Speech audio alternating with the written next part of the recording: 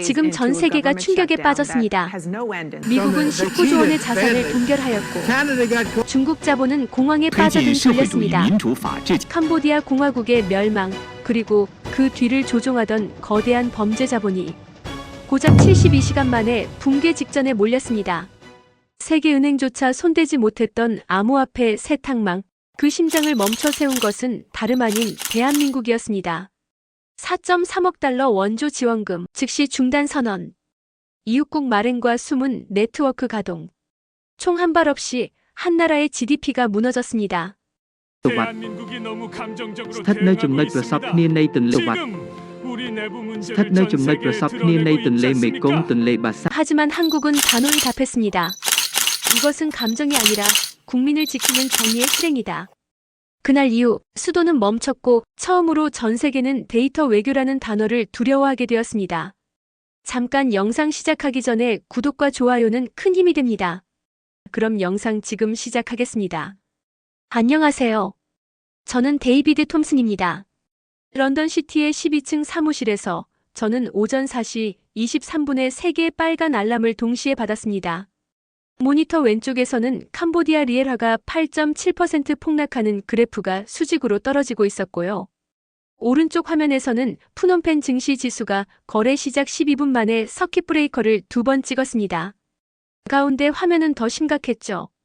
국제 송금망 SWIFT의 캄보디아 라우팅 코드가 전부 붉은색으로 바뀌어 있었어요. 저는 커피를 한 모금 마셨습니다.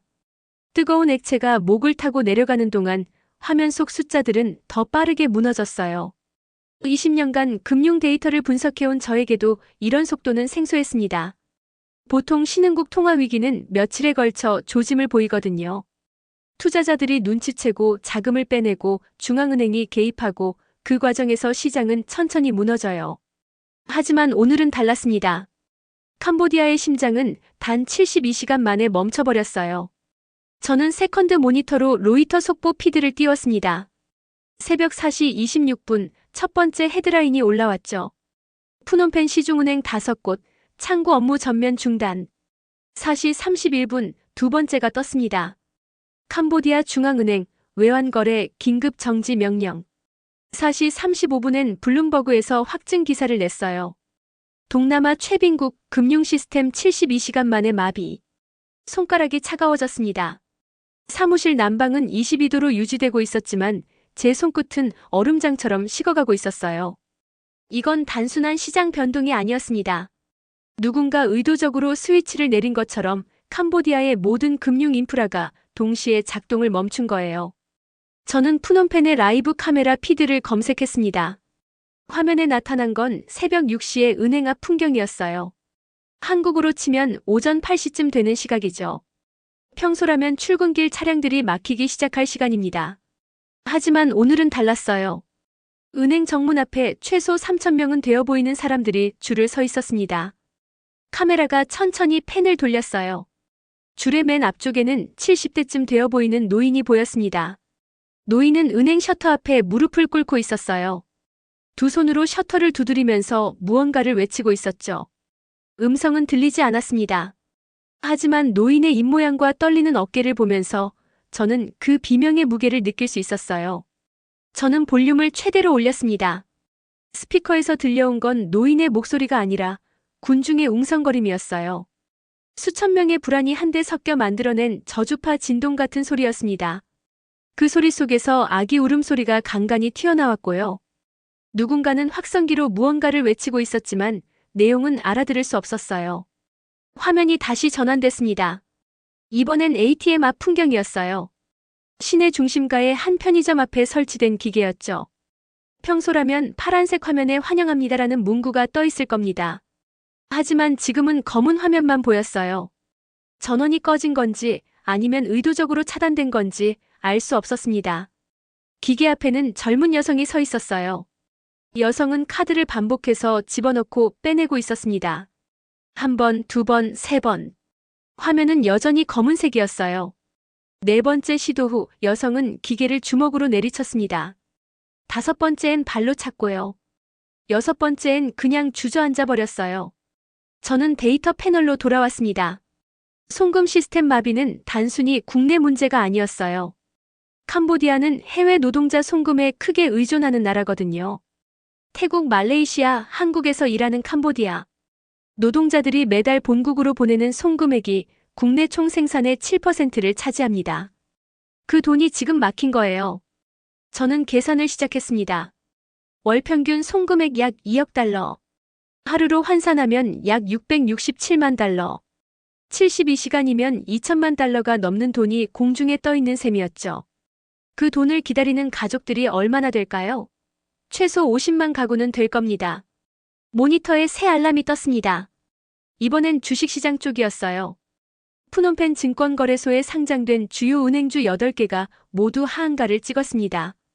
거래량은 평소의 340%였고요. 이건 패닉 셀링이 아니었어요. 누군가 계획적으로 매도 물량을 쏟아내고 있었죠. 저는 거래 패턴을 분석했습니다. 매도 주문의 68%가 해외 계좌에서 나오고 있었어요. 싱가포르, 홍콩, 케이맨 제도. 전형적인 외국 자본의 탈출 패턴이었습니다. 하지만 타이밍이 너무 완벽했어요.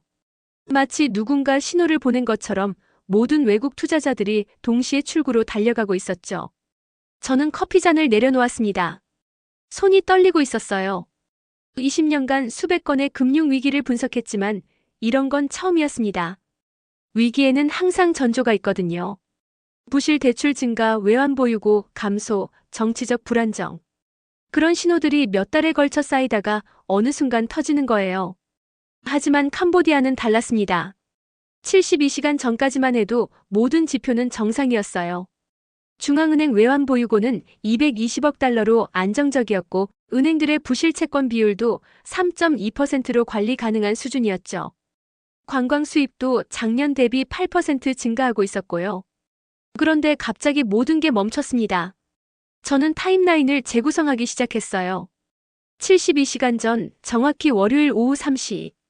한국 정부가 데캄보디아 공적 개발 원조 전면 중단을 발표했죠. 4억 3천만 달러 규모였습니다. 발표 이 시간 후 국제신용평가사 무디스가 캄보디아 국가신용등급을 2단계 하향 조정했어요. 그날 저녁 9시 첫 번째 은행이 문을 닫았습니다. 화요일 오전 3개 은행이 추가로 영업을 중단했어요. 화요일 오후엔 중앙은행이 긴급 유동성을 공급하려 했지만 이미 늦었죠. 시장의 신뢰는 무너진 뒤였습니다. 수요일 새벽 외환거래가 완전히 멈췄고요. 그리고 지금은 목요일 새벽입니다. 저는 다시 라이브 카메라로 돌아갔어요. 은행 앞 인파는 더 늘어나 있었습니다. 이제 5천 명은 되어 보였어요. 경찰 바리케이드가 설치돼 있었지만 사람들은 계속 밀려들고 있었죠. 카메라가 한 가족을 클로즈업했습니다. 젊은 부부와 새 아이였어요. 아이들 중 막내는 아직 걷지도 못하는 것 같았습니다. 어머니가 아이를 안고 있었고 아버지는 가방을 들고 있었어요. 아마 통장과 신분증이 들어있겠죠. 그들은 줄의 중간쯤에 서 있었습니다. 앞에 최소 2천 명은 더 있었어요. 저는 시계를 봤습니다. 런던 시각 오전 5시 10분. 푸놈펜은 오전 11시 10분이었어요. 은행들은 여전히 문을 열지 않고 있었습니다. 사람들은 뙤약볕 아래서 계속 기다리고 있었고요. 제 전화기가 진동했습니다. 뉴욕의 동료 제니퍼였어요.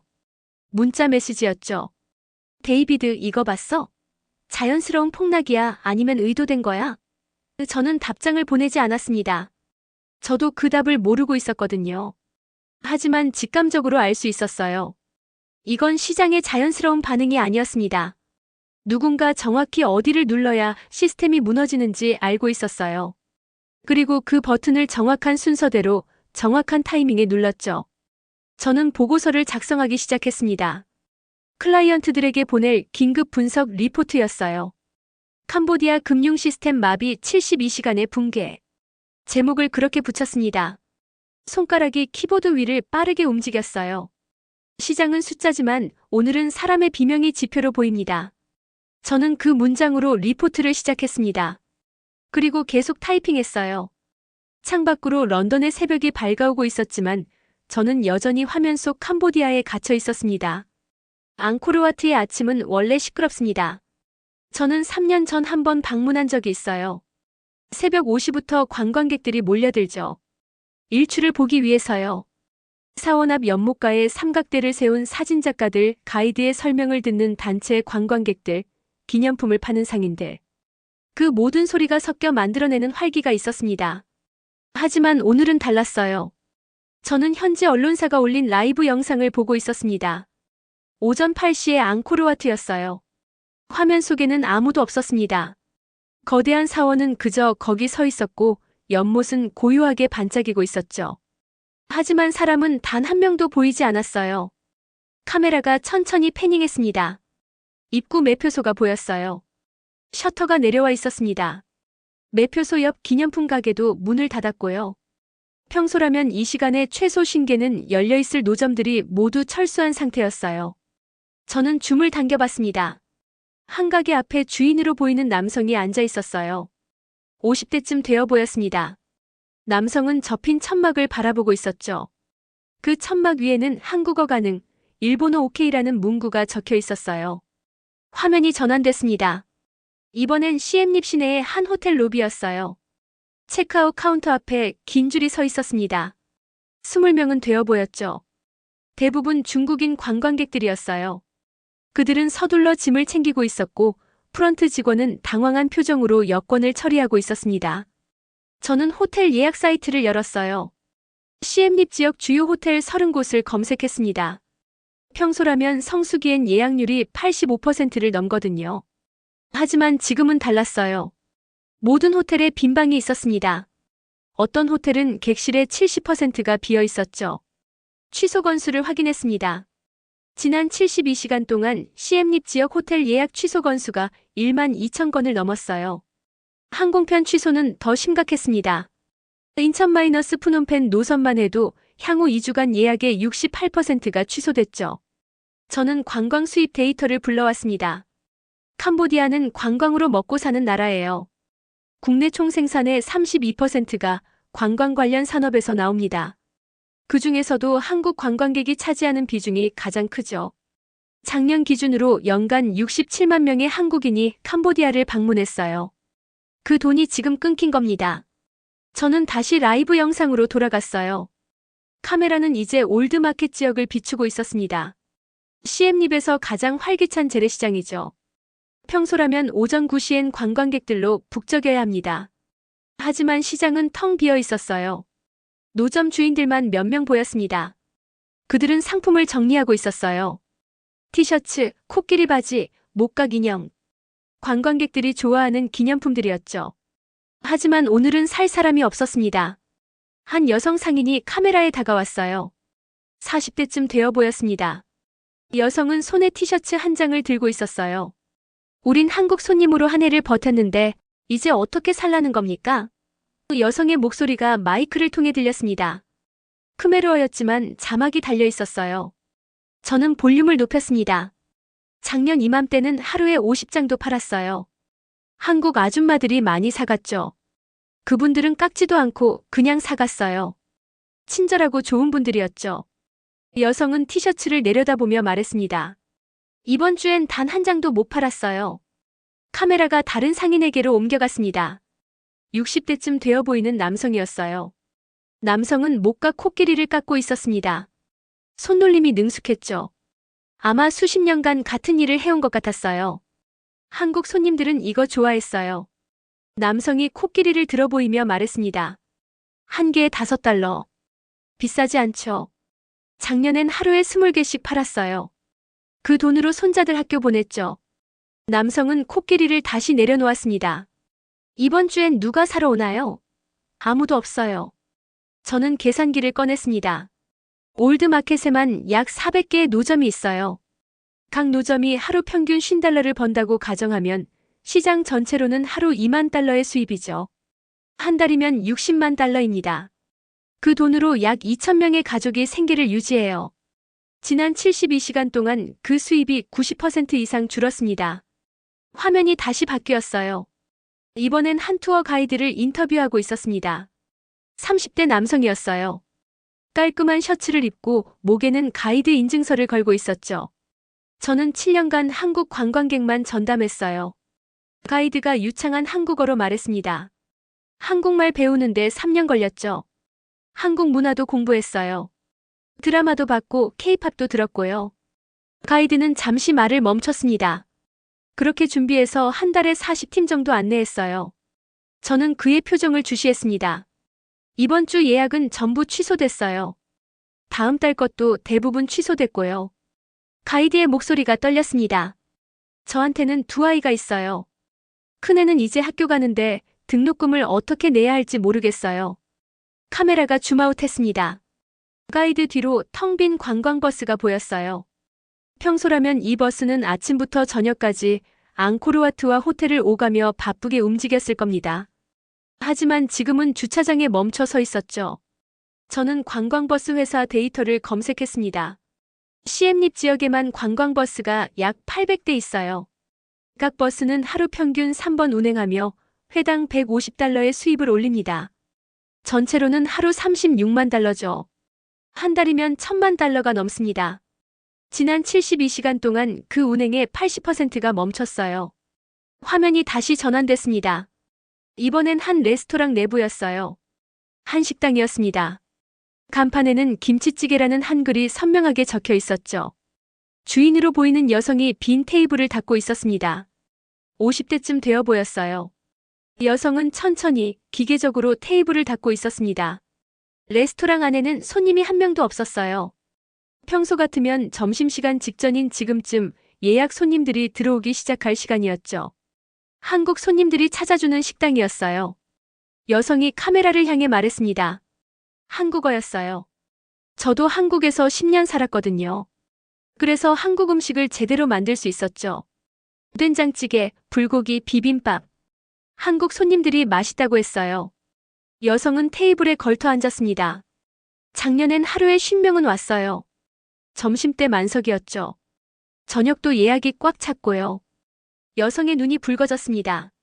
이번 주엔 손님이 10명도 안 왔어요. 식재료는 다 버렸죠. 김치도 상했고 고기도 상했어요. 저는 레스토랑 업계 데이터를 확인했습니다. 시엠립과 푸놈펜 지역에 한국 관광객을 대상으로 하는 식당이 약 300개 있어요. 각 식당이 하루 평균 1000달러의 매출을 올린다고 가정하면 전체로는 하루 30만 달러입니다. 한 달이면 900만 달러죠. 지난 72시간 동안 그 매출이 급격히 떨어졌어요. 화면이 호텔로 다시 돌아왔습니다. 이번엔 직원 휴게실이었어요. 10여 명의 호텔 직원들이 모여 있었습니다. 그들은 경영진의 공지를 듣고 있었죠. 다음 주부터 교대 근무로 전환합니다. 관리자로 보이는 남성이 말했습니다. 객실 가동률이 30% 아래로 떨어졌기 때문입니다. 일주일에 3일만 출근하시면 됩니다. 급여는 그에 맞춰 조정되고요. 직원들의 표정이 어두워졌습니다. 한 젊은 여성 직원이 손을 들었어요. 그럼 한 달 급여가 얼마나 되나요? 그 관리자는 잠시 침묵했습니다. 약 40% 삭감될 겁니다. 휴게실이 순식간에 술렁였어요. 저는 고용 데이터를 열었습니다. 캄보디아의 관광 산업은 약 62만 명을 고용하고 있어요. 전체 노동인구의 8%죠. 그중 절반 정도가 한국 관광객과 직접적으로 연관된 일을 합니다. 가이드, 호텔 직원, 레스토랑 종업원, 기념품 판매자, 버스 기사. 그들의 생계가 지금 위협받고 있었습니다. 저는 다시 앙코르와트 라이브 영상으로 돌아갔어요. 오전 11시가 넘었지만 여전히 관광객은 보이지 않았습니다. 거대한 사원은 그저 비어 있었어요. 카메라가 한 노점 주인을 클로즈업했습니다. 70대쯤 되어 보이는 여성이었어요. 여성은 바구니에 과일을 담아 팔고 있었습니다. 망고, 파파야, 람부탄. 관광객들이 좋아하는 열대 과일들이었죠. 하지만 오늘은 아무도 사러 오지 않았습니다. 여성은 그저 바구니 옆에 앉아 있었어요. 가끔 과일을 정리하거나 파리를 쫓거나 그냥 하늘을 올려다봤습니다. 저는 여성의 얼굴을 오래 바라봤어요. 그 얼굴에는 배신감이 있었습니다. 우리를 먹여 살린 손님들이 사라졌다. 한 상인이 했던 말이 계속 머릿속에 맴돌았어요. 배신감. 그게 정확한 표현이었습니다. 그들은 수년간 한국 관광객을 맞이했고 한국어를 배웠고 한국 문화를 익혔죠. 그리고 그 관계가 영원히 계속될 거라 믿었을 겁니다. 하지만 72시간 만에 모든 게 끊겼어요. 저는 보고서에 새 섹션을 추가했습니다. 관광산업의 붕괴 62만 일자리의 위기. 그리고 타이핑을 계속했죠. 손가락이 빠르게 움직였지만 마음은 무거웠습니다. 화면 속에서 노점 주인 여성은 여전히 앉아 있었어요. 시아누쿠빌은 밤이 되면 네온으로 물들었습니다. 저는 6개월 전 한 금융 컨퍼런스 때문에 이 도시를 방문한 적이 있어요.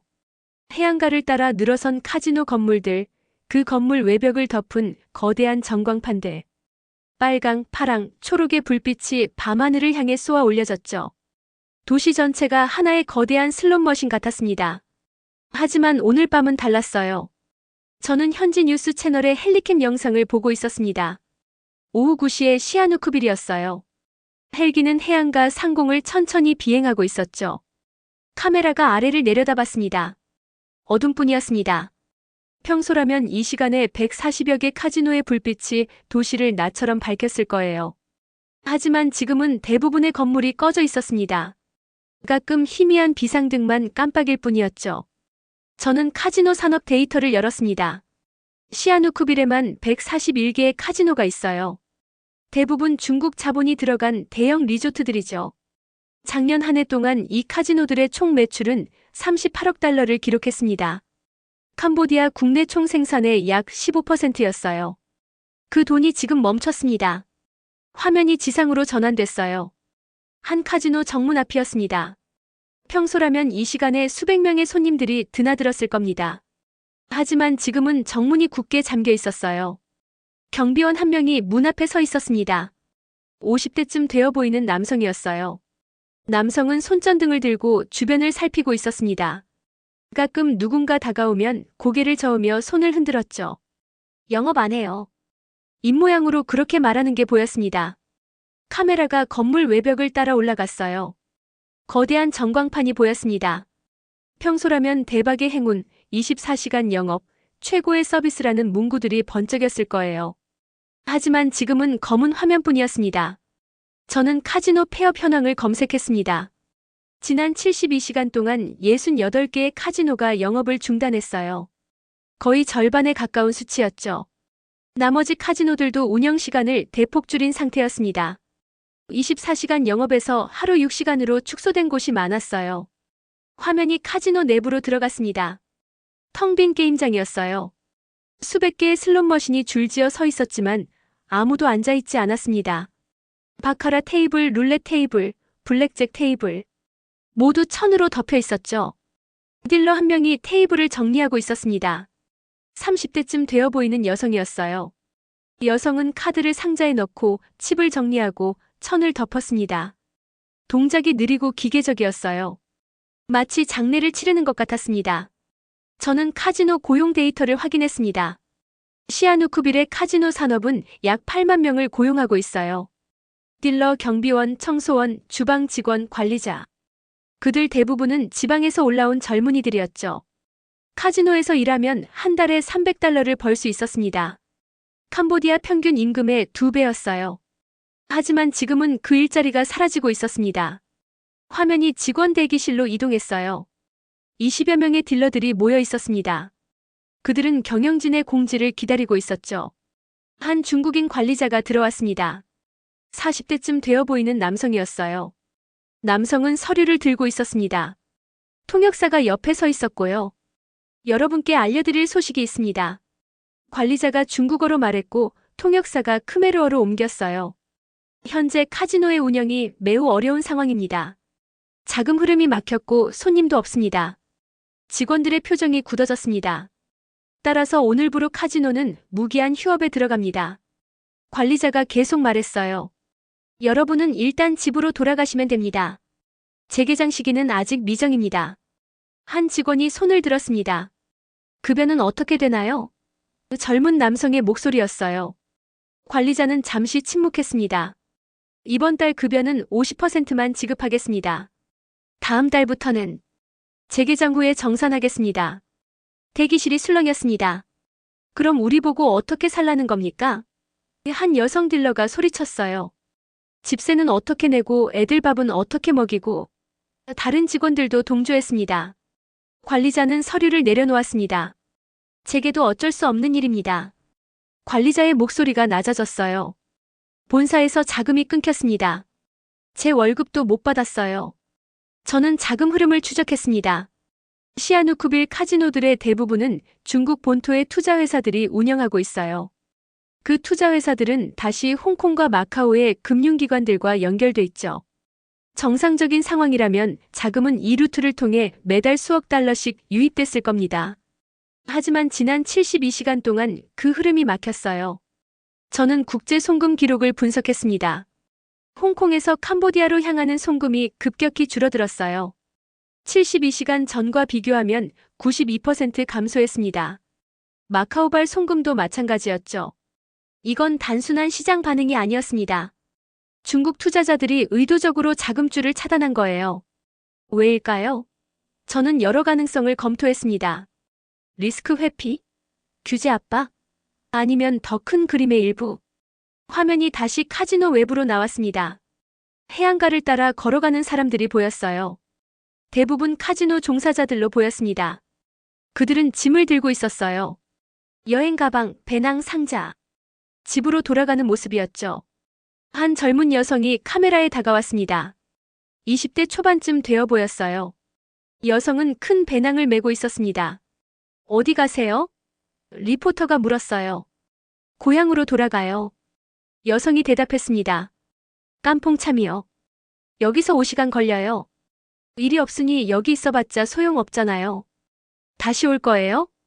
리포터가 다시 물었습니다. 여성은 고개를 저었어요. 모르겠어요.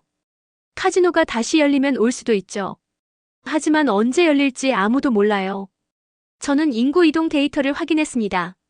지난 48시간 동안 시아누쿠빌에서 다른 지역으로 향하는 버스 이용자가 3배 증가했어요. 대부분 카지노 종사자들이었습니다. 그들은 일자리를 잃고 고향으로 돌아가고 있었죠. 화면이 버스터미널로 전환됐습니다. 대기실이 사람들로 가득했어요. 100명은 되어 보였습니다. 그들은 바닥에 앉아 버스를 기다리고 있었죠. 어떤 이들은 잠을 자고, 어떤 이들은 전화를 하고, 어떤 이들은 그냥 멍하니 있었습니다. 한 가족이 보였습니다. 젊은 부부와 두 아이였어요. 아이들은 부모 사이에 끼어 잠들어 있었습니다. 아버지는 벽에 기대 눈을 감고 있었고, 어머니는 아이들의 이마를 쓰다듬고 있었죠. 저는 그들을 오래 바라봤습니다. 카지노가 만들어낸 건 화려한 불빛만이 아니었어요. 수만 명의 생계였고 가족이었고 꿈이었습니다. 지방에서 올라온 젊은이들은 카지노에서 일하며 돈을 모으고 가족을 부양하고 더 나은 미래를 꿈꿨죠. 하지만 72시간 만에 그 꿈이 꺼졌습니다. 화면이 다시 해안가로 돌아왔어요. 헬리캠 영상이었습니다. 카메라는 천천히 140개 카지노 건물들을 훑었어요. 대부분 어두웠습니다. 가끔 한두 개 건물에서만 희미한 불빛이 보였죠. 저는 보고서에 세 문장을 추가했습니다. 불빛 하나 꺼지는 순간 그곳 사람들의 삶도 꺼진다. 타이핑을 멈추고 창밖을 바라봤어요. 런던은 여전히 밝았습니다. 사무실 건물들의 불빛, 거리의 가로등, 지나가는 차량들의 헤드라이트. 모든 게 정상적으로 작동하고 있었죠. 하지만 9,000km 떨어진 곳에서는 불빛이 꺼지고 있었습니다. 푸놈펜 중앙은행 건물은 원래 위험 있어 보였습니다. 저는 작년에 한 번 그 건물 앞을 지나간 적이 있어요. 흰색 대리석으로 지어진 7층 건물이었죠. 정문 앞에는 캄보디아 국기가 펄럭이고 경비원들이 반듯하게 서 있었습니다. 국가 금융의 중심이라는 자부심이 느껴졌어요. 하지만 오늘은 달랐습니다. 저는 현지 언론이 올린 영상을 보고 있었어요. 오전 10시에 중앙은행 건물이었습니다. 정문은 닫혀 있었고 경비원들은 보이지 않았어요.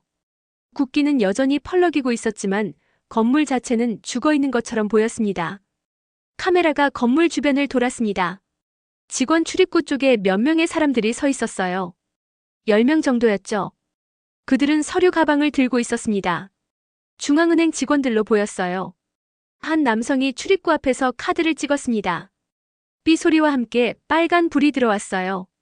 접근 거부였습니다. 남성은 다시 시도했죠. 똑같은 결과였습니다. 세 번째 시도 후 남성은 그냥 돌아섰어요.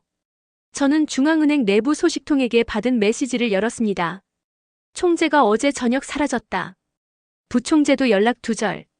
국장급 간부 8명 중 5명이 출근하지 않았다. 건물 출입이 통제됐고 핵심 서버실은 봉쇄됐다. 저는 외환 보유고 데이터를 불러왔습니다. 공식적으로 캄보디아 중앙은행의 외환 보유고는 220억 달러로 보고돼 있었어요. 하지만 실제 유동 가능한 금액은 그보다 훨씬 적을 거라는 게 시장의 추측이었죠. 일부는 부동산에 묶여 있고 일부는 장기 채권으로 운용되고 있었습니다. 진짜 문제는 즉시 사용 가능한 현금이었어요. 저는 유동성 추정치를 계산했습니다. 최대로 잡아도 30억 달러 정도였어요. 정상적인 상황이라면 충분한 금액이죠. 하지만 지금 같은 뱅크런 상황에서는 턱없이 부족했습니다. 화면이 정부 청사로 전환됐습니다. 평소라면 공무원들로 붐볐을 청사가 이상하게 조용했어요.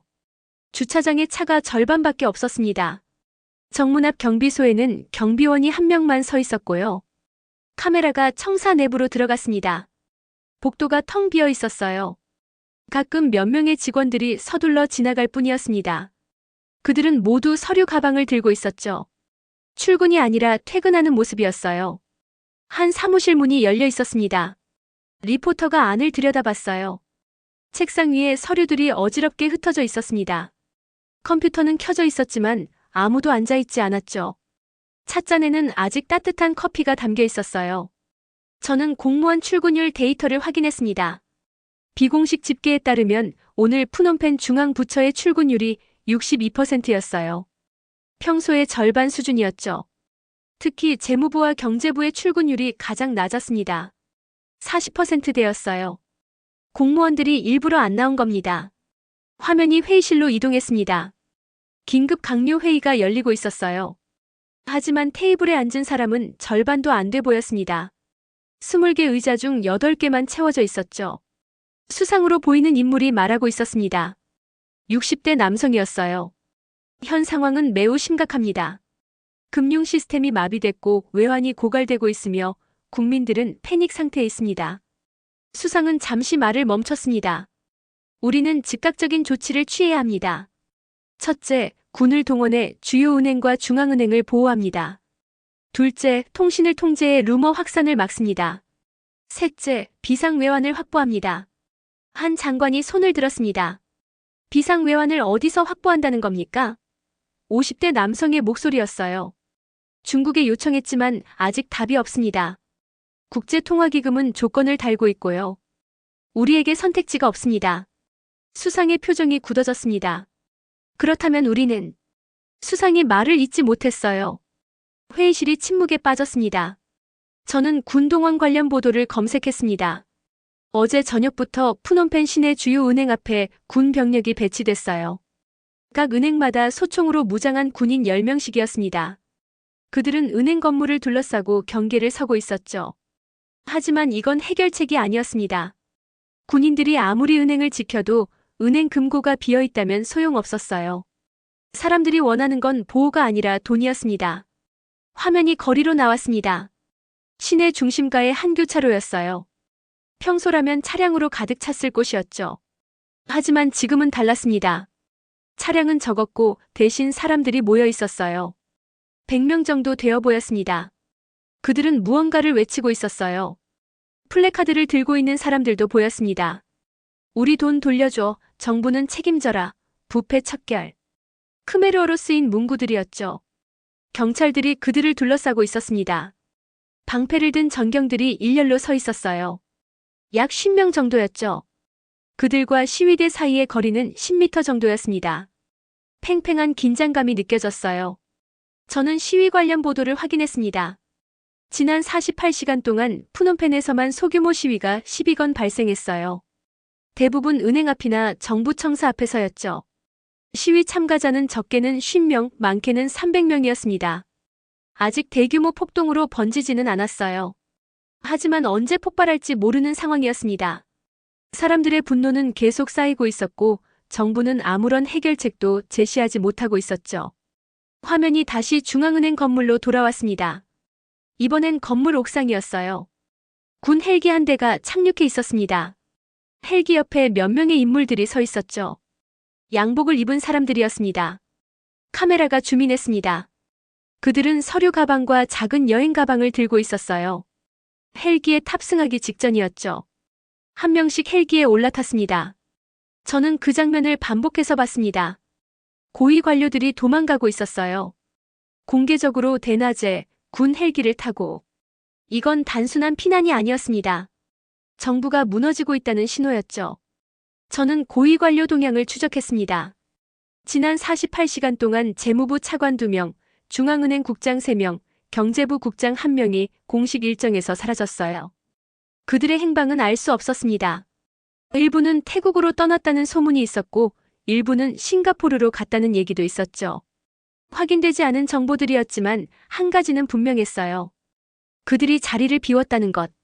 화면이 통신 관제 센터로 전환됐습니다. 모니터들이 줄지어 있는 방이었어요. 10명 정도의 기술자들이 키보드를 두드리고 있었습니다. 화면에는 각종 데이터와 그래프가 표시돼 있었죠. 한 관리자가 지시를 내리고 있었습니다. 소셜미디어 모니터링을 강화하세요. 정부 비판 게시물은 즉시 삭제하고요. 특히 시위 조직 관련 내용은 우선순위로 처리합니다.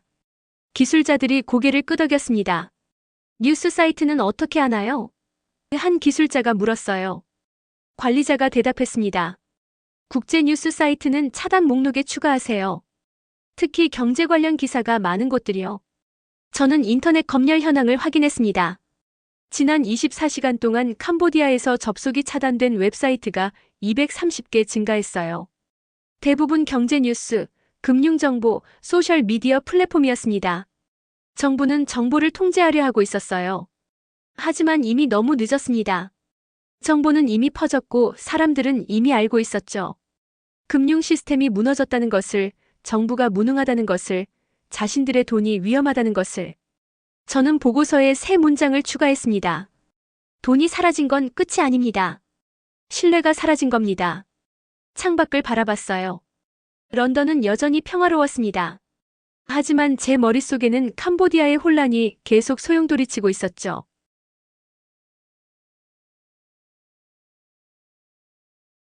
제 이메일함에 이상한 메시지가 도착한 건 새벽 3시였습니다. 발신자는 M이라고만 표시돼 있었어요. 제목은 없었고 본문에는 단 한 줄만 적혀 있었습니다. 당신이 보고 있는 숫자 뒤에는 사람이 있습니다. 그리고 암호화된 파일 링크가 첨부돼 있었죠. 저는 잠시 망설였습니다. 20년간 금융 분석을 하면서 익명의 제보를 받은 적이 여러 번 있었어요. 대부분은 쓸모없는 정보였고 일부는 거짓이었죠. 하지만 가끔, 아주 가끔은 진짜가 있었습니다. 저는 파일을 열었습니다. 비밀번호를 입력하는 창이 떴어요. 메시지에 적힌 대로 12자리 코드를 입력했습니다. 파일이 열리면서 폴더 하나가 나타났죠. 안에는 17개의 파일이 있었습니다. 첫 번째 파일은 음성 녹음이었어요. 저는 헤드폰을 끼고 재생 버튼을 눌렀습니다. 잡음이 섞인 소리가 들렸어요. 어두운 공간에서 녹음한 것 같았습니다. 그리고 목소리가 들렸죠. 전화 200통 못 채우면 밥 안 줘. 남성의 목소리였어요. 억양은 중국어였지만 영어 단어들이 섞여 있었습니다. 음성은 변조돼 있었지만 위협적인 톤은 그대로 느껴졌어요. 다른 목소리가 이어졌습니다. 제발요, 저 너무 피곤해요. 14시간째 전화하고 있어요. 젊은 남성의 목소리였어요. 크메르어였습니다. 조금만 쉬게 해주세요. 쉬고 싶으면 목표 달성해. 첫 번째 목소리가 다시 들렸어요. 그리고 둔탁한 소리. 누군가 맞는 소리였습니다. 비명이 뒤따랐죠. 저는 재생을 멈췄습니다. 손이 떨리고 있었어요. 저는 숫자를 다루는 사람입니다. 차트, 그래프, 데이터. 그게 제 세계였죠. 하지만 지금 들은 건 숫자가 아니었어요. 사람의 비명이었습니다. 두 번째 파일을 열었습니다. 영상이었어요. 화질은 좋지 않았습니다. 어두운 방이 보였죠. 형광등 불빛 아래 책상들이 줄지어 있었습니다. 각 책상마다 사람이 앉아 있었어요. 최소 10명은 되어 보였습니다. 그들은 모두 헤드셋을 끼고 있었어요. 전화를 하고 있었죠. 입모양을 보니 다양한 언어였습니다. 중국어, 한국어, 태국어, 베트남어. 카메라가 한 사람에게 클로즈업 됐습니다.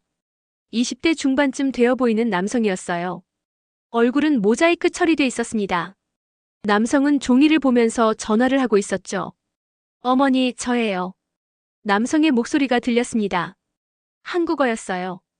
음성은 변조돼 있었지만 떨림은 느껴졌습니다. 제가 지금 큰일 났어요. 돈이 급하게 필요해요. 남성 뒤로 감시자가 서 있었습니다. 남성은 계속 대본을 읽었어요. 50만 원만 보내주세요. 안 보내주시면. 남성이 말을 잇지 못했습니다. 감시자가 남성의 어깨를 쳤습니다. 계속해. 감시자가 중국어로 말했어요. 남성은 고개를 숙이고 다시 대본을 읽었습니다. 저는 영상을 멈췄습니다. 보이스피싱. 제가 뉴스에서 본 그 단어였어요. 하지만 화면 속 모습은 뉴스와 달랐습니다. 이건 범죄 조직의 문제만이 아니었어요. 이건 노예였습니다. 세 번째 파일을 열었습니다. 문서였어요. 스캔한 종이 문서 같았습니다. 제목은 인원 현황이었고 날짜는 2주 전이었죠. 리스트가 적혀 있었습니다. 한국인 18명, 중국인 32명, 베트남인 27명, 태국인 19명, 필리핀인 14명. 총 110명이었어요. 각 이름 옆에는 나이, 성별, 입국일이 적혀 있었습니다. 한국인 리스트를 자세히 봤습니다. 김호, 남 24세, 입국 2024.8, 12. 상태 작업 중. 박오, 여 22세, 입국 2024.9, 3. 상태 작업 중. 이호, 남 26세, 입국 2024.7, 28. 상태 부상 격리. 저는 상태 항목을 다시 읽었습니다. 부상 격리. 그게 무슨 의미인지 알 수 있었어요. 일을 못하면 격리시킨다는 뜻이었죠. 네 번째 파일을 열었습니다. 또 다른 영상이었어요. 이번엔 낮 시간인 것 같았습니다. 햇빛이 보였거든요. 건설 현장이 보였어요. 20여 명의 사람들이 일하고 있었습니다. 그들은 시멘트 자루를 나르고 벽돌을 쌓고 땅을 파고 있었어요. 땡볕 아래서요. 안전모도 없었고 장갑도 끼지 않은 사람들이 많았습니다. 카메라가 한 사람을 따라갔습니다. 젊은 여성이었어요. 얼굴은 역시 모자이크 처리돼 있었습니다. 여성은 무거운 자루를 어깨에 메고 계단을 올라가고 있었죠. 발걸음이 비틀거렸어요. 3층쯤 올라갔을 때 여성이 주저앉았습니다. 자루가 바닥에 떨어졌어요. 여성은 그대로 계단에 앉아 숨을 헐떡였습니다. 감독자로 보이는 남성이 다가왔죠. 왜 쉬어? 그 감독자가 발로 여성을 찼습니다. 일어나. 여성은 일어나려 했지만 다시 주저앉았어요. 감독자가 다시 찼습니다. 저는 영상을 끝까지 보지 못했습니다. 5번째 파일로 넘어갔어요. 문서였습니다. 금전 거래 내역 같았죠. 은행 계좌번호, 송금액, 날짜가 적혀 있었습니다. 경찰서장 계좌 월 5,000달러, 이민국 담당관 계좌 월 3,000달러, 군 지역 사령관 계좌 월 8,000달러. 리스트는 계속 이어졌습니다. 30개 이상의 계좌가 적혀 있었어요. 총액을 계산해보니 월 15만 달러가 넘었습니다. 연간 180만 달러. 이건 뇌물 리스트였어요. 6번째 파일은 또 다른 음성이었습니다. 이번엔 통화 녹음인 것 같았어요. 두 사람의 대화였죠. 부모한테 전화했어? 네, 했어요. 얼마 보낸다고? 50만 원이요. 적네. 더 받아내. 엄마가 돈이 없대요. 그럼 협박해. 죽인다고 해. 저는 헤드폰을 벗었습니다. 더 이상 들을 수 없었어요. 가슴이 답답했습니다. 숨쉬기가 힘들었죠. 저는 의자에서 일어나 창문을 열었습니다. 차가운 새벽 공기가 들어왔어요. 런던의 거리는 조용했습니다. 가끔 차 한 대가 지나갈 뿐이었죠. 평화로웠어요. 하지만 제 머릿속은 혼란스러웠습니다. 저는 금융 분석가입니다. 저는 숫자를 보고 패턴을 찾고 리스크를 평가하죠. 감정은 배제하고 객관성을 유지합니다. 그게 제 일이었어요. 하지만 지금은 달랐습니다. 화면 속 숫자들 뒤에 사람이 있었어요. 감금당한 사람들, 강제 노동하는 사람들, 부모를 협박당하는 사람들. 그들의 비명이 제 귀에서 떠나지 않았습니다. 저는 다시 컴퓨터 앞에 앉았습니다. 나머지 파일들을 하나씩 열었어요. 더 많은 증거들이 있었습니다. 계약서, 여권 사본, 건물 평면도, 감시 카메라 영상. 마지막 파일은 텍스트 문서였습니다. 발신자 M이 쓴 메시지였어요. 데이비드 씨, 저는 이곳에서 일하는 사람입니다. 제 정체는 밝힐 수 없습니다. 하지만 당신이 이 정보를 세상에 알려주길 바랍니다. 여긴 법이 아니라 가격표가 움직입니다. 돈을 주면 경찰도 군인도 판사도 살 수 있어요. 그리고 사람도 팔 수 있죠. 지금 이 순간에도 110명이 여기 갇혀 있습니다. 그들은 일자리를 찾아왔다가 노예가 됐어요. 제발 도와주세요. 저는 메시지를 다시 읽었습니다. 손이 떨리고 있었어요. 이건 단순한 금융 위기가 아니었습니다. 이건 인권 유린이었고 조직적 범죄였고 국가적 방조였어요. 저는 파일들을 백업했습니다. 3군데 다른 서버에 암호화해서 저장했죠. 그리고 신뢰할 수 있는 동료 2명에게 사본을 보냈습니다. 만약을 대비해서요. 창밖이 밝아오고 있었습니다. 런던의 새벽이었어요. 평화로운 새벽. 하지만 저는 평화롭지 않았습니다. 제가 본 것들이 머릿속을 계속 맴돌았죠. 여긴 법이 아니라 가격표가 움직입니다. 미라의 말이 계속 들렸습니다. 저는 보고서를 열었어요. 숫자 뒤에 사람들 내부 고발자의 증언. 그리고 타이핑을 시작했습니다. 한국 외교부의 발표는 짧고 명확했습니다. 저는 그 보도 자료를 받은 게 월요일 오후 3시였어요. 제목은 데캄보디아 공적 개발 원조 전면 중단이었습니다. 본문은 단 3문단이었죠. 대한민국 정부는 캄보디아에 대한 모든 공적 개발 원조를 즉시 중단한다. 이는 캄보디아 내 한국 국민의 안전과 인권이 심각하게 위협받고 있는 상황에 대한 대응이다. 중단 규모는 연간 4억 3천만 달러이며 진행 중인 모든 프로젝트는 즉시 동결된다. 저는 그 문장을 여러 번 읽었습니다. 4억 3천만 달러. 캄보디아 국가 예산의 8%에 해당하는 금액이었어요. 도로, 학교, 병원, 전력망. 한국의 원조는 캄보디아 인프라의 핵심이었죠. 그걸 하루아침에 끄는 겁니다. 저는 과거 사례를 검색했습니다. 선진국이 개발도상국에 대한 원조를 전면 중단한 경우가 얼마나 있었을까요? 많지 않았어요. 대부분은 경고 후 단계적 축소였죠. 하지만 한국은 즉시 중단을 선택했습니다. 이건 경제적 결정이 아니었어요. 정치적 메시지였습니다. 아주 강력한 메시지였죠. 저는 시장 반응을 확인했습니다. 발표 2시간 후 무디스가 캄보디아 국가 신용 등급을 B1에서 B3로 2단계 하향했어요. 피치도 같은 조치를 취했습니다. 스탠더드 앤 푸어스는 부정적 관찰 대상으로 지정했고요. 투자자들은 즉각 반응했습니다. 캄보디아 국채 금리가 급등했어요. 10년물 국채 수익률이 하루 만에 3.2%포인트 올랐습니다. 이건 투자자들이 캄보디아를 더 이상 신뢰하지 않는다는 신호였죠. 화면에 새 뉴스가 떴습니다. 유럽연합 캄보디아의 인권 개선 촉구. 원조 재검토 시사. 일본 데캄보디아 ODA 집행 보류 검토 중. 미국 캄보디아 정부 고위 관료 비자 발급 제한. 도미노가 시작된 겁니다. 한국의 결정이 방아쇠였어요. 다른 나라들도 따라 움직이기 시작했습니다. 캄보디아는 순식간에 국제사회에서 고립되고 있었죠. 저는 외교 채널 정보를 확인했습니다. 비공개 소식통에 따르면 한국 정부는 인접국 말행과 비밀 협의를 진행 중이었어요. 주제는 정보 공조였습니다. 구체적인 내용은 알 수 없었지만 키워드는 명확했죠. 국경 봉쇄, 통신 감청, 특수작전. 저는 지도를 펼쳤습니다. 캄보디아와 말에는 국경을 접하고 있어요. 약 800km의 국경선이죠. 대부분 산악지대와 정글이었습니다. 통제하기 어려운 지형이었어요. 하지만 주요 도로는 3곳뿐이었습니다. 만약 그 도로들을 차단하면 캄보디아는 사실상 고립될 수 있었어요. 물자 수송도, 인력 이동도, 자금 흐름도 끊길 수 있었죠. 화면이 말행 국경 지역 영상으로 전환됐습니다. 검문소가 보였어요. 평소보다 군인이 많았습니다. 최소 10명은 되어 보였죠. 그들은 모든 차량을 세우고 짐을 검사하고 서류를 확인하고 있었습니다. 한 트럭이 멈춰 섰습니다. 군인들이 트럭 뒤를 열었어요.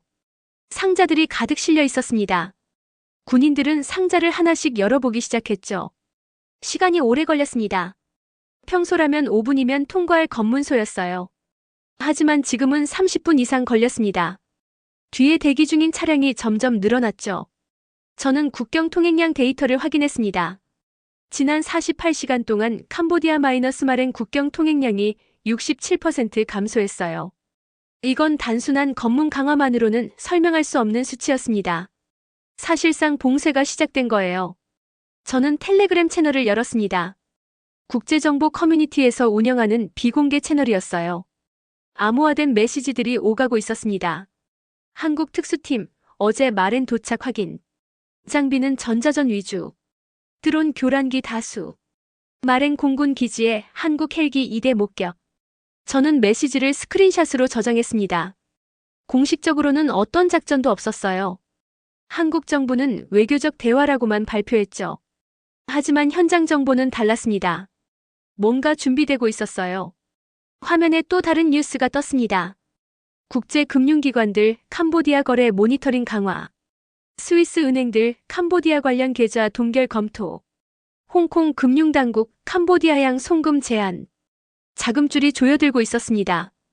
단순히 한국의 원조만이 아니었어요. 국제 금융 시스템 전체가 캄보디아를 차단하기 시작했습니다. 이건 조율된 움직임이었죠. 저는 금융 네트워크 지도를 그려봤습니다. 캄보디아의 자금 흐름은 크게 세 경로였어요. 첫째, 선진국의 공적 원조. 둘째, 중국의 민간 투자. 셋째, 카지노와 관광 수입. 첫 번째 경로는 이미 막혔습니다. 두 번째 경로도 줄어들고 있었어요. 중국 투자자들이 자금을 회수하고 있었죠. 세 번째 경로는 관광객 감소로 말라가고 있었고요. 캄보디아는 숨통이 조여지고 있었습니다. 저는 외교부 브리핑 영상을 다시 봤습니다. 대변인이 기자들의 질문에 답하고 있었어요. 이번 조치는 과잉 대응 아니냐는 지적이 있는데요. 한 기자가 물었습니다. 대변인이 대답했어요. 우리 국민의 생명과 안전보다 중요한 것은 없습니다. 정부는 모든 가능한 수단을 동원해 국민을 보호할 것입니다. 구체적으로 어떤 위협이 있었나요? 다른 기자가 물었습니다. 대변인은 잠시 침묵했어요. 자세한 내용은 보안상 말씀드릴 수 없습니다.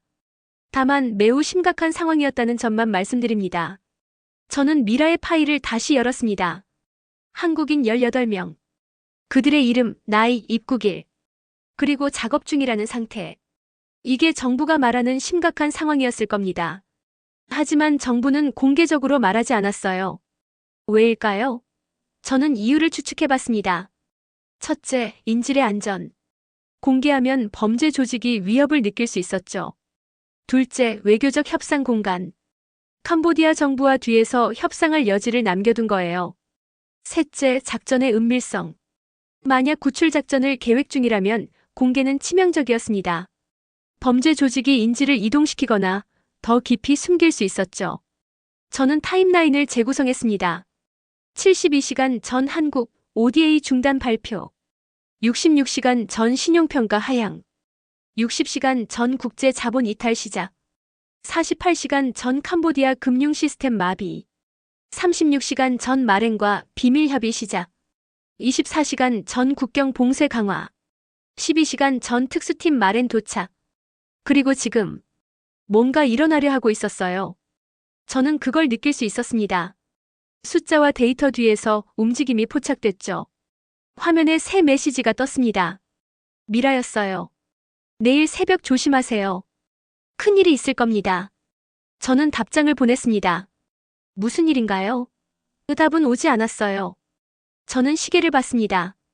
런던 시각 오후 11시. 캄보디아는 새벽 5시였어요. 동이 트기 직전이었죠. 저는 모니터를 계속 지켜봤습니다. 뭔가 시작될 것 같았어요. 국가가 한 사람의 생명을 위해 어느 선까지 움직일 수 있는지 그 답을 곧 보게 될 것 같았습니다. 새벽 4시 37분, 제 모니터가 깜빡였습니다. 위성 피드가 끊긴 거예요. 평소라면 24시간 실시간으로 시아누쿠빌 지역을 보여주던 피드였습니다. 하지만 지금은 검은 화면뿐이었죠. 저는 다른 피드를 시도했습니다. 푸놈펜, 시엠립, 바탐방. 모두 정상 작동하고 있었어요. 시아누쿠빌만 끊겼습니다. 이건 우연이 아니었어요. 전자전이 시작된 겁니다. 저는 군사 통신 채널을 열었습니다. 암호화된 주파수였어요. 정상적으로는 아무 소리도 들리지 않아야 했죠. 하지만 오늘은 달랐습니다. 잡음이 들렸어요. 화이트 노이즈 같은 소리였지만 패턴이 있었습니다. 누군가 의도적으로 주파수를 교란하고 있었어요. 반경 50km 내 모든 통신을 방해하는 광역 재밍이었죠. 저는 마렌 공군 기지 위성 사진을 검색했습니다. 12시간 전에 촬영된 이미지였어요. 활주로 옆에 헬기 2대가 보였습니다. 블랙호크였어요. 한국군이 운용하는 기종이었죠. 헬기 주변에 인원들이 모여 있었습니다. 최소 40명은 되어 보였어요. 전투복을 입고 있었고 장비를 점검하고 있었습니다. 작전 준비 중인 게 분명했죠. 저는 시계를 봤습니다. 런던 시각 오전 4시 40분. 캄보디아는 오전 10시 40분이었어요. 아니, 잠깐. 시간대를 다시 계산했습니다. 캄보디아와 런던의 시차는 7시간이었죠. 그렇다면 지금 캄보디아는 오전 11시 40분. 아니에요, 제가 착각했습니다. 새벽 작전이라면. 저는 미라의 메시지를 다시 확인했어요. 내일 새벽 조심하세요. 내일 새벽. 그렇다면 지금은 작전 직전이었습니다. 저는 실시간 트래픽 데이터를 열었습니다. 시아누쿠빌 지역의 인터넷 트래픽이 급감하고 있었어요. 정상 수준의 23%밖에 안 됐습니다. 통신이 차단된 거예요. 휴대전화도 인터넷도 심지어 위성 통신까지. 시아누쿠빌은 지금 외부와 단절된 상태였습니다. 제 전화기가 진동했습니다. 텔레그램 메시지였어요. 익명의 소스였습니다. 작전명 루프 프로토콜. 지금 진행 중. 메시지와 함께 좌표가 전송됐죠. 저는 좌표를 지도에 입력했습니다. 시아누쿠빌 외곽의 한 건물이었어요. 6층짜리 리조트 건물로 보였습니다. 외관상으로는 평범한 호텔 같았죠. 하지만 위성 사진을 자세히 보니 창문마다 철창이 설치돼 있었어요. 그리고 옥상에 안테나가 많았습니다. 일반 호텔치고는 과도한 통신 장비였어요. 저는 건물 등기부를 검색했습니다. 소유주는 홍콩에 등록된 페이퍼 컴퍼니였고 실제 운영자는 알 수 없었죠. 화면에 새 이미지가 떴습니다. 누군가 현장에서 촬영한 사진이었어요. 어두운 하늘이 보였습니다. 새벽이었죠. 그리고 낮게 날아가는 헬기 실루엣이 보였어요. 2대였습니다. 헬기는 불을 끄고 날아가고 있었어요. 야간 투입이었죠. 저는 시간을 계산했습니다. 마렌 공군 기지에서 목표 지점까지 헬기로 약 45분이었어요. 그렇다면 이미 도착했을 겁니다. 저는 군사작전 매뉴얼을 떠올렸습니다. 인질 구출 작전의 기본 패턴은 명확했어요. 첫째, 통신 차단. 둘째, 전력 차단. 셋째, 신속한 침투. 넷째, 인질 확보. 다섯째, 빠른 철수. 지금 첫 번째 단계가 완료됐습니다. 새 이미지가 도착했어요. 이번엔 건물 전경이었습니다. 모든 불이 꺼져 있었어요. 정전이었죠. 두 번째 단계도 완료됐습니다. 저는 숨을 죽이고 화면을 지켜봤습니다. 시간이 느리게 흘러갔어요. 1분, 2분, 3분. 아무 소식도 없었습니다. 저는 손가락으로 책상을 두드리고 있었어요. 긴장된 리듬이었죠. 5분이 지났을 때 새 메시지가 왔습니다. 침투 완료. 저항 최소. 인질 위치 확인 중. 저는 안도의 한숨을 쉬었습니다. 적어도 큰 교전은 없었던 거예요. 7분 후 또 다른 메시지. 18명 전원 확인. 건강 상태 점검 중. 2명 부상 나머지 보행 가능. 18명. 미라의 리스트에 있던 한국인 숫자였습니다. 저는 가슴이 뛰는 걸 느꼈어요. 이건 숫자가 아니었습니다. 사람이었어요. 18명의 사람들이 지금 구출되고 있었죠. 10분 후 영상이 도착했습니다. 어두운 복도가 보였어요. 야간 투시경으로 촬영한 영상이었습니다. 초록빛 화면 속에서 사람들이 움직이고 있었죠. 특수요원들이 앞장서고 있었습니다. 그 뒤로 민간인들이 따라오고 있었어요. 한 줄로 천천히. 어떤 이는 다른 이를 부축하고 있었고 어떤 이는 비틀거리고 있었습니다. 계단을 내려가는 장면이 나왔습니다. 한 여성이 계단에서 주저앉았어요. 요원 한 명이 여성을 업었습니다. 그리고 계속 내려갔죠. 옥상으로 나오는 장면이 이어졌습니다. 헬기 소음이 들렸어요. 두 대의 블랙호크가 건물 양쪽에 호버링하고 있었습니다. 사람들이 하나씩 헬기에 탑승했죠. 12분 후 마지막 메시지가 왔습니다. 전원 탑승 완료. 이륙. 저는 시계를 봤습니다. 침투부터 철수까지 정확히 17분이었어요. 작전은 성공이었습니다. 하지만 저는 불안했습니다. 작전 자체는 성공했지만 이게 끝은 아니었어요. 국제법적으로 이건 주권 침해였습니다. 캄보디아 영토에 무단 침투한 거였죠. 저는 외교 채널 정보를 확인했습니다. 한국 정부는 이미 준비돼 있었어요.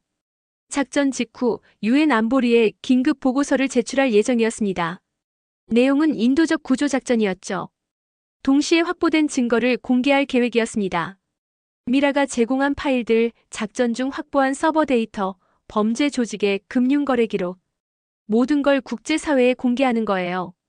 이건 사후 정당화였습니다. 작전을 먼저 실행하고 나중에 정당성을 입증하는 거였죠. 위험한 전략이었어요. 실패하면 국제적 비난을 받을 수 있었습니다. 하지만 성공했습니다. 화면에 새 뉴스 속보가 떴어요. 한국 정부 캄보디아 내 자국민 18명 구출 발표. 인질들 조직범죄에 감금돼 보이스피싱 강요당해. 확보된 서버에서 대규모 범죄 증거 발견. 뉴스가 쏟아지기 시작했습니다. 저는 한국 외교부 브리핑 라이브를 켰어요. 대변인이 단상에 서 있었습니다. 대한민국 정부는 오늘 새벽 캄보디아 내에서 조직범죄에 감금돼 있던 자국민 18명을 구출했습니다. 대변인이 발표했어요. 이들은 취업 사기로 캄보디아에 유인됐으며 감금 상태에서 보이스피싱 범죄를 강요당했습니다. 정부는 외교적 노력을 다했으나 캄보디아 당국의 협조를 얻지 못해 직접 구출을 결정했습니다. 기자들이 손을 들었습니다. 주권 침해 논란은 국제법 위반 아니냐? 질문이 쏟아졌어요. 대변인이 대답했습니다. 국민의 생명과 안전이 최우선입니다. 캄보디아 정부가 자국 내 조직범죄를 방치하고 심지어 일부 공무원이 연루된 상황에서 우리는 국민을 보호할 의무를 다했습니다. 확보된 증거는? 한 기자가 물었습니다. 대변인이 서류를 들어올렸어요. 작전 중 범죄 조직의 서버를 확보했습니다. 여기에는 110명의 외국인 감금 기록, 경찰 및 공무원 매수 증거 암호 자산을 이용한 자금 세탁 내역이 포함되어 있습니다. 이 자료는 미국, 영국, EU 수사 당국과 공유될 것입니다. 저는 손에 땀이 났습니다. 이건 단순한 구출 작전이 아니었어요. 캄보디아 정권을 무너뜨리기 위한 정보전이었습니다. 화면이 마렌 공군 기지로 전환됐습니다. 두 대의 헬기가 착륙하고 있었어요. 문이 열리고 사람들이 내렸습니다. 담요를 두르고 의료진의 부축을 받으며 카메라가 한 사람을 클로즈업했습니다. 20대 남성이었어요. 얼굴은 야위었고 눈은 충혈돼 있었습니다. 남성은 땅을 밟는 순간 무릎을 꿇고 울기 시작했어요. 저는 화면에서 눈을 뗄 수 없었습니다. 18명의 숫자가 18명의 사람으로 바뀌는 순간이었어요. 저는 그들의 얼굴을 보며 미라의 파일을 떠올렸습니다. 음성 녹음, 영상, 문서. 그 모든 증거 뒤에 있던 사람들이 지금 자유를 되찾은 거예요. 저는 보고서에 문장을 추가했습니다. 이건 전쟁이 아니다. 잃어버린 사람을 돌려보내는 복구다. 타이핑을 멈추고 심호흡을 했어요. 작전은 끝났지만 이야기는 아직 끝나지 않았습니다. 작전 후 48시간, 세계는 캄보디아를 심판하기 시작했습니다. 저는 미국 재무부 보도 자료를 읽고 있었어요. 캄보디아 관련 암호 자산 계좌 23개 동결. 총액 8억 7천만 달러. 영국 금융감독청도 같은 조치를 취했습니다. 런던 소재 은행 계좌 17개 동결. 캄보디아 고위 공무원 연루 의심. 도미노가 계속 넘어지고 있었습니다. 저는 한국 정부가 공개한 서버 데이터를 분석했어요. 3테라바이트 분량이었습니다. 거래 기록, 통화 녹음, 이메일, 계약서. 5년치 범죄 활동이 고스란히 담겨 있었죠. 가장 충격적인 건 금융 흐름이었습니다. 범죄 조직이 벌어들인 돈은 연간 12억 달러로 추정됐어요. 그중 40%가 암호 자산으로 세탁됐고 나머지는 부동산과 카지노에 투자됐습니다. 그리고 매달 수백만 달러가 공무원들에게 흘러갔죠. 저는 뇌물 수령자 리스트를 열었습니다. 경찰서장 12명, 이민국 담당관 8명, 군 지휘관 5명, 판사 3명, 심지어 국회의원 2명도 포함돼 있었어요. 캄보디아 정부의 반응은 예상 가능했습니다. 주권 침해, 불법 작전, 국제법 위반. 푸놈펜 정부는 유엔에 한국을 제소하겠다고 발표했죠. 하지만 아무도 귀 기울이지 않았어요. 증거가 너무 명확했거든요. 저는 유엔 안보리 긴급회의 생중계를 켰습니다. 한국 대표가 발언하고 있었어요. 우리는 외교적 채널을 통해 수차례 협조를 요청했습니다. 한국 대사가 말했습니다. 하지만 캄보디아 정부는 묵묵부답이었습니다. 일부 공무원은 범죄 조직과 결탁해 있었고 경찰은 오히려 피해자들을 감시했습니다. 우리에게 다른 선택지가 없었습니다. 대사는 태블릿을 들어 올렸어요. 여기 확보한 증거가 있습니다. 110명의 외국인이 감금됐고 그중 18명이 한국인이었습니다. 그들은 평균 8개월간 감금돼 있었으며 하루 16시간 보이스피싱을 강요당했습니다. 거부하면 구타와 굶주림이 기다렸죠. 회의장이 조용해졌습니다. 이건 국가의 실패입니다. 대사가 목소리를 높였어요. 캄보디아 정부는 자국 영토 내 조직 범죄를 방치했고 일부는 적극 협조했습니다. 이런 상황에서 우리는 국민을 보호할 권리를 행사했습니다. 미국 대표가 발언권을 요청했습니다. 미국은 한국의 입장을 이해합니다. 미국 대사가 말했어요. 확보된 증거를 검토한 결과 캄보디아 내 조직 범죄가 국제적 규모로 운영되고 있음을 확인했습니다. 미국은 관련 자산 동결과 비자 제한 조치를 시행할 것입니다. 영국, 프랑스, 독일도 비슷한 입장을 밝혔습니다. 캄보디아는 고립됐어요. 중국조차 명확한 지지를 표명하지 않았습니다. 증거가 너무 압도적이었거든요. 저는 푸놈펜 현장 영상을 켰습니다. 시내 중심가에 사람들이 모여 있었어요. 수천 명은 되어 보였습니다. 이번엔 시위가 아니었어요. 그들은 환호하고 있었습니다. 부패 척결, 정권 퇴진, 플래카드가 보였어요. 서버 데이터가 공개되면서 캄보디아 국민들도 진실을 알게 됐습니다. 자국 공무원들이 범죄 조직과 결탁했다는 것을, 그들이 뇌물을 받았다는 것을, 외국인을 노예처럼 착취하는 걸 방조했다는 것을. 분노가 폭발했습니다. 화면이 정부 청사로 전환됐어요. 경찰 바리케이드가 쳐져 있었지만 군중은 계속 밀려들고 있었습니다. 돌이 날아갔고 화염병이 터졌죠. 저는 시위 규모 데이터를 확인했습니다. 푸놈펜에만 3만 명, 시엠립 1만 5천 명, 시아누쿠빌 8천 명. 전국적으로 5만 명 이상이 거리로 나왔어요. 캄보디아 역사상 최대 규모였습니다. 정부는 무너지고 있었습니다. 저는 고위관료 사퇴 뉴스를 추적했어요. 재무장관 사퇴, 내무장관 사퇴, 경찰청장 해임, 중앙은행 총재 도주. 24시간 만에 10명 이상의 고위직이 자리에서 물러났습니다. 수상도 버티지 못했어요. 작전 후 72시간째 수상이 긴급 기자회견을 열었습니다. 저는 라이브를 켰어요. 국민 여러분께 사과드립니다. 수상이 고개를 숙였습니다. 정부가 조직범죄를 제대로 통제하지 못했고 일부 공무원의 부패를 방치했습니다. 이는 명백한 실패입니다. 저는 이 모든 책임을 지고 오늘부로 사임합니다. 카메라 플래시가 터졌습니다. 수상은 단상을 내려갔어요. 그의 뒷모습이 작아졌습니다. 23년간 권력을 유지했던 정권이 72시간 만에 무너진 거예요. 저는 경제 지표를 확인했습니다. 캄보디아 리엘화는 3주 만에 42% 폭락했어요. 주식시장은 거래가 중단됐고 은행들은 여전히 문을 열지 못하고 있었습니다. 외환 보유고는 절반으로 줄었고 신용등급은 정크 수준으로 떨어졌죠. 국가가 붕괴한 겁니다. 하지만 폐허 속에서 희망도 보였어요. 임시정부가 구성됐고 개혁파 인사들이 주요 부처를 맡았습니다. 첫 번째 조치는 반부패 특별법 제정이었어요. 국제사회도 지원을 약속했습니다.